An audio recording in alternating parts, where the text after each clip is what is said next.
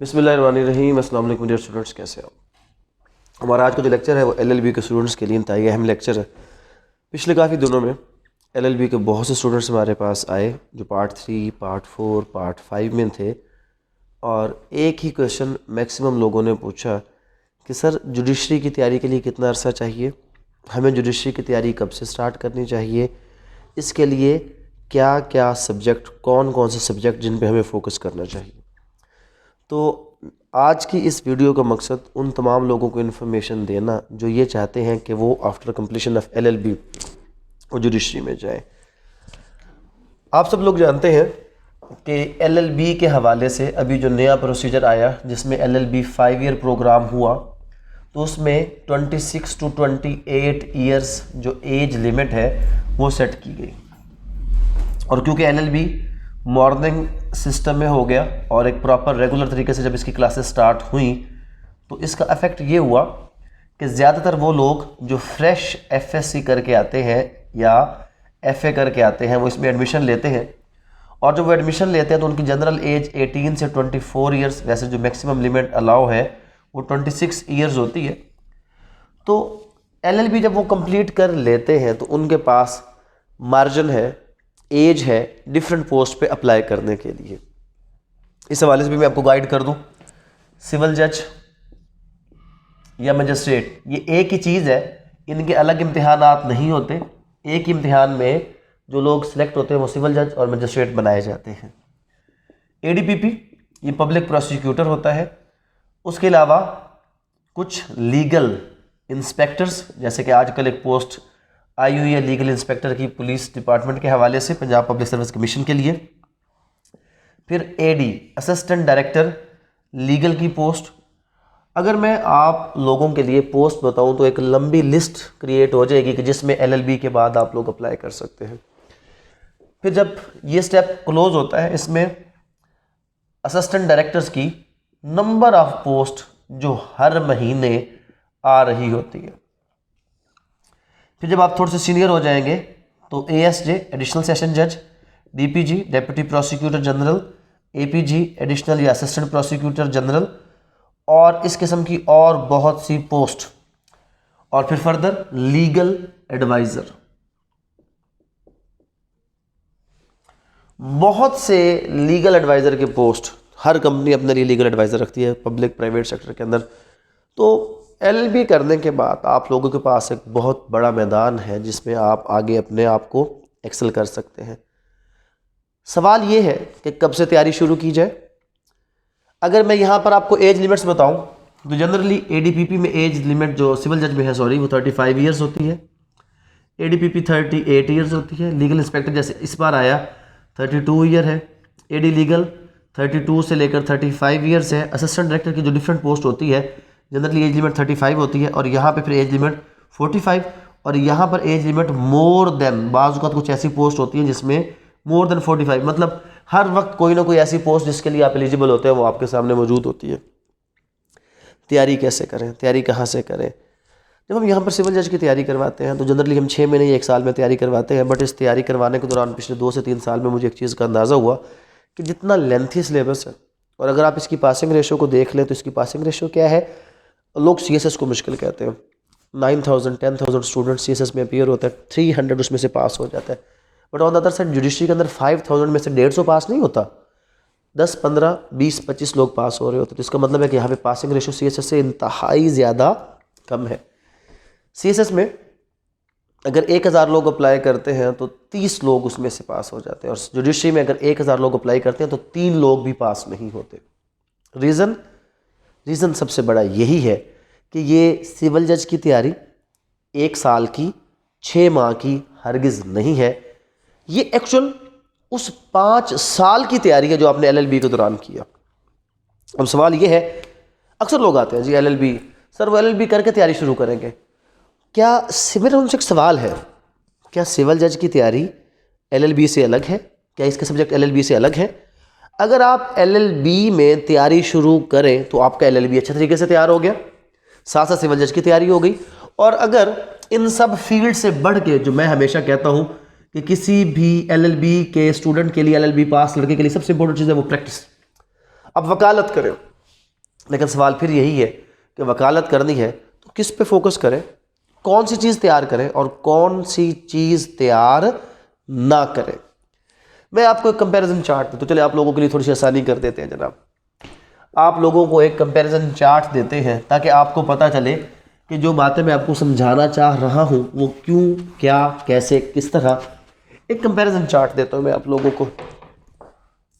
इस comparison chart के अंदर मैं यहाँ पर आपको दे रहा हूँ LLB पार्ट 3 के कुछ सब्जेक्ट, फिर LLB पार्ट 4 के कुछ सब्जेक्ट, फिर LLB पार्ट 5 के कुछ subject. On the other side civil जज ओब्लिक मजिस्ट्रेट,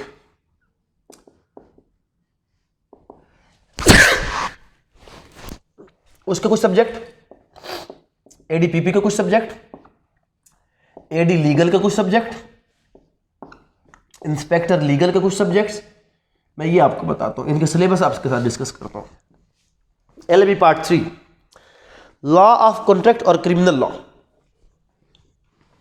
5 ईयर सिस्टम में है लॉ ऑफ कॉन्ट्रैक्ट और क्रिमिनल लॉ। सेमेस्टर सिस्टम में चले जाए तो हम स्टार्ट करेंगे पार्ट 3 की बजाय कहां से, 4th-5th सेमेस्टर से। पहले 3 से 4 सेमेस्टर जनरल है LLB में, पहले 2 साल जनरल है, लेकिन अब 3rd ईयर में आएंगे तो आप लॉ के सब्जेक्ट्स में एंटर हो जाएंगे। यहां से आपके लॉ के सब्जेक्ट स्टार्ट हो जाएंगे। ऑन द अदर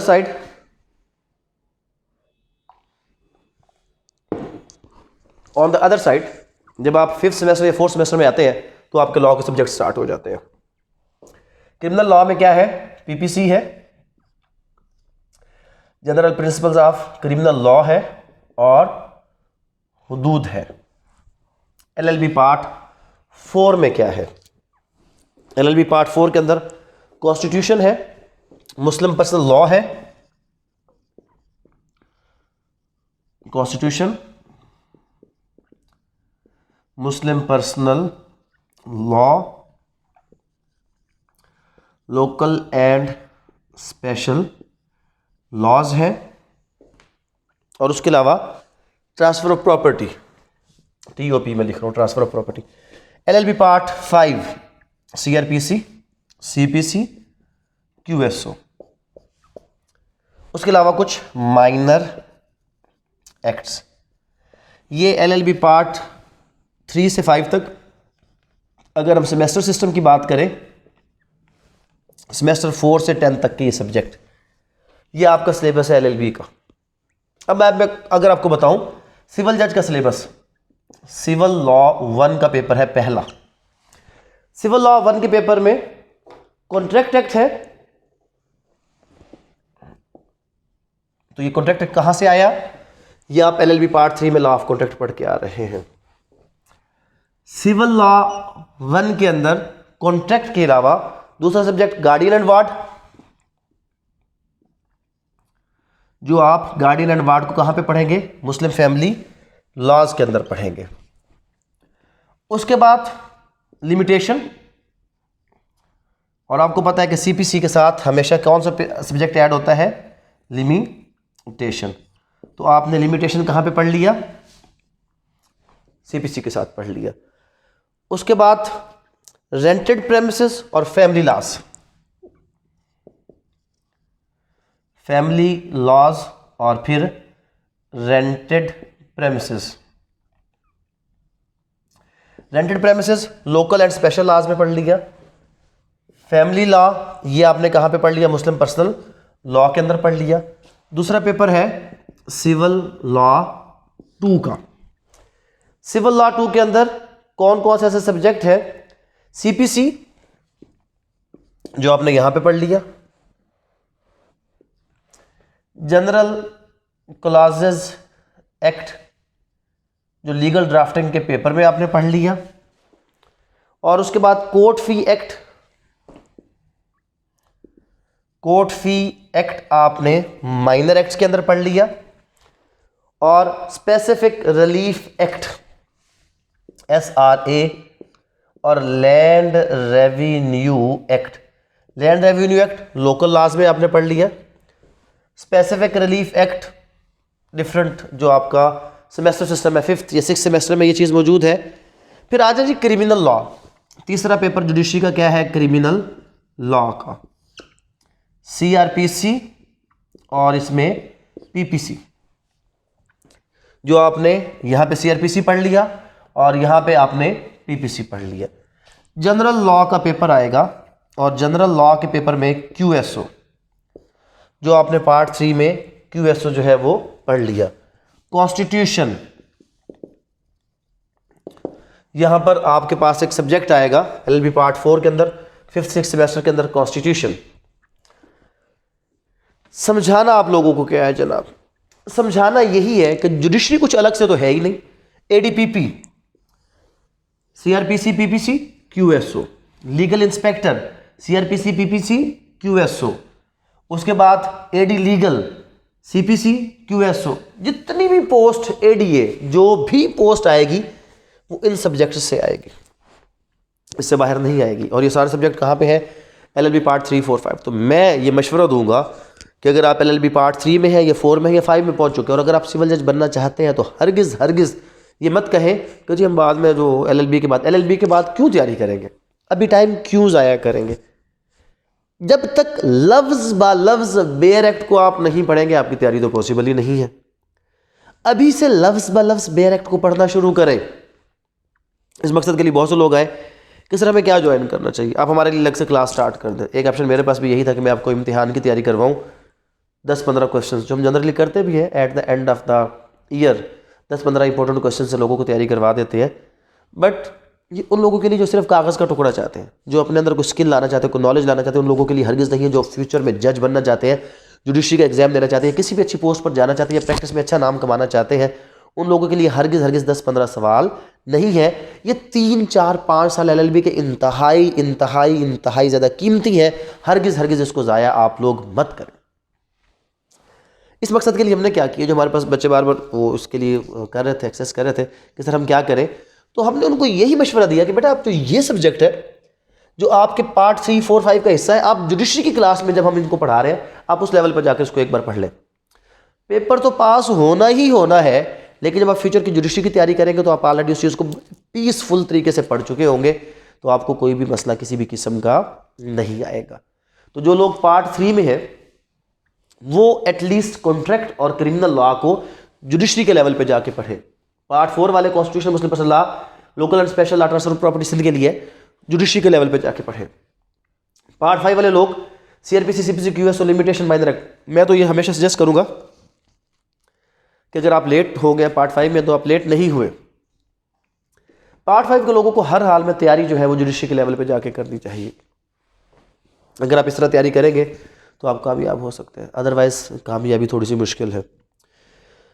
तो लिहाजा आप तमाम लोग जो इस हवाले से तैयारी करना चाहते हैं उनको मैं बता दूं कि आप लोगों की तैयारी इसके अकॉर्डिंग यानी कि पार्ट 3, 4, 5 से आप स्टार्ट करें।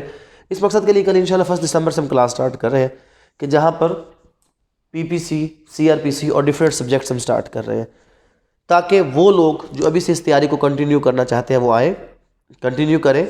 ऑनलाइन तरीके से भी ले सकते हैं, रिकॉर्डेड लेक्चर्स भी इसमें अवेलेबल है और यहाँ पे जो है वो लाइव रेगुलर क्लासेस भी है।